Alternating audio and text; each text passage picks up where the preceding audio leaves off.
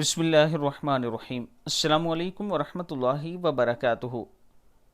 رمضان المبارک میں اور غیر رمضان اس دعا کو آپ اپنا معمول بنا لیں۔ ہر مشکل سے اللہ کی حفاظت میں آنے کی یہ دعا ہے۔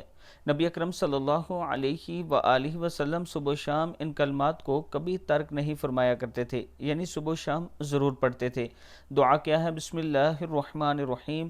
اللہم انی اسألک العفو والعافیت فی الدنیا والآخرہ۔ اللہم اسألک العفو والعافیت فی دینی و دنیای و اہلی و مالی۔ اللہم استر عوراتی ومن روعاتی واحفظنی منہم بین یدی ومن خلفی وعن یمینی وعن شمالی ومن فوقی واعوذ بعظمتک ان اغتال من تحتی۔